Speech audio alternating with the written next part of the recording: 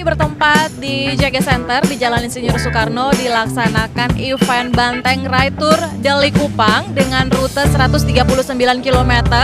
Peserta akan menyusuri wilayah Minahasa Utara, start dari JG Center menuju ke daerah GKIC Grand Kawanua, kemudian menyusuri daerah Wori sampai ke Likupang dan kemudian akan kembali lagi ke sini pemirsa.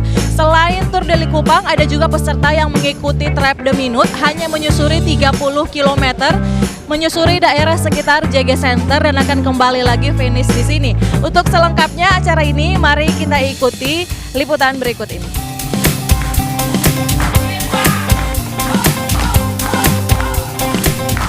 Dalam rangka hari ulang tahun ke-49 dan memperingati Bulan Bung Karno, Partai Demokrasi Indonesia Perjuangan menggelar event berskala nasional, yakni Banteng Ride and Night Run di Provinsi Sulawesi Utara.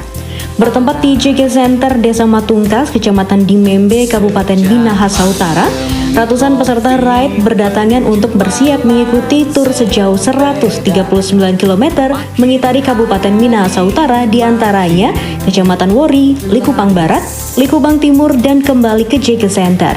Peserta tur di Likupang dilepas secara langsung oleh Bupati Minahasa Utara, Joni Ganda.